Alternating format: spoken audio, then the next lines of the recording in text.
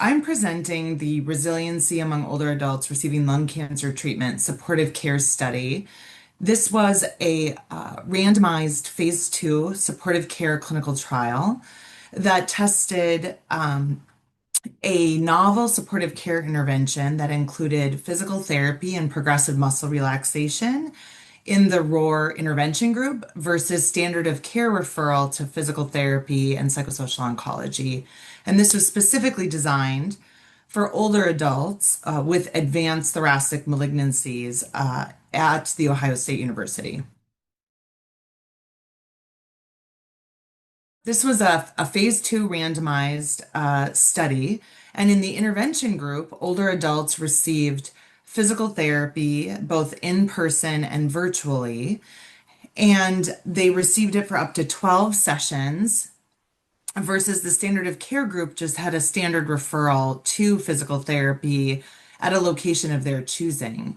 And what we found is that with this novel supportive care intervention, we were able to improve physical functioning measured by the short physical performance battery significantly in the intervention group, and we decreased fatigue by about 20% in the intervention group versus standard of care.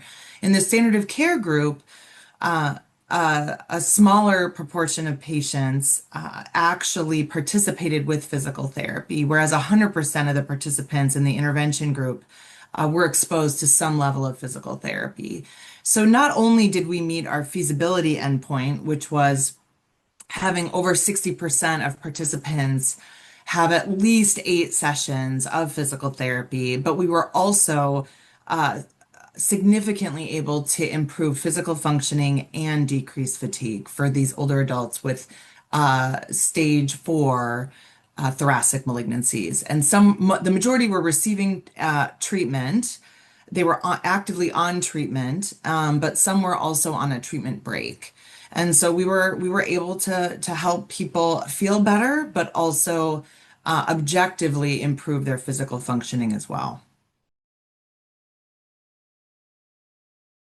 Yeah, so this was really one of the first studies in the United States to meet feasibility to improve physical functioning and really improve access for older adults. Over 30% of our patient population actually lived in rural zip codes in Ohio and the surrounding area. And so we were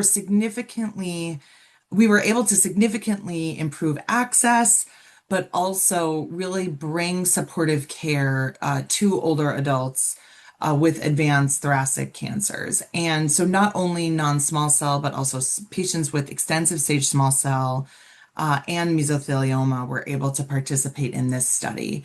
And I feel often in these supportive care interventions, older adults are less likely to participate because of access issues. And so we were really able to bring the intervention to the patient rather than requiring the patient to come to the medical center for multiple extra trips. So we were really able to design and implement this supportive care intervention that was helpful, but also didn't increase treatment burden for older adults. And we were able to see the benefits of it. And so the next step is to conduct an even larger study, comparing it to what's called an attention control, and then eventually to branch out to other sites across the United States to try to disseminate this intervention across the United States to improve access for older adults so that they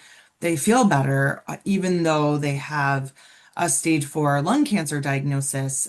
We know that we are able to do supportive care interventions that aren't overly burdensome to help them live well.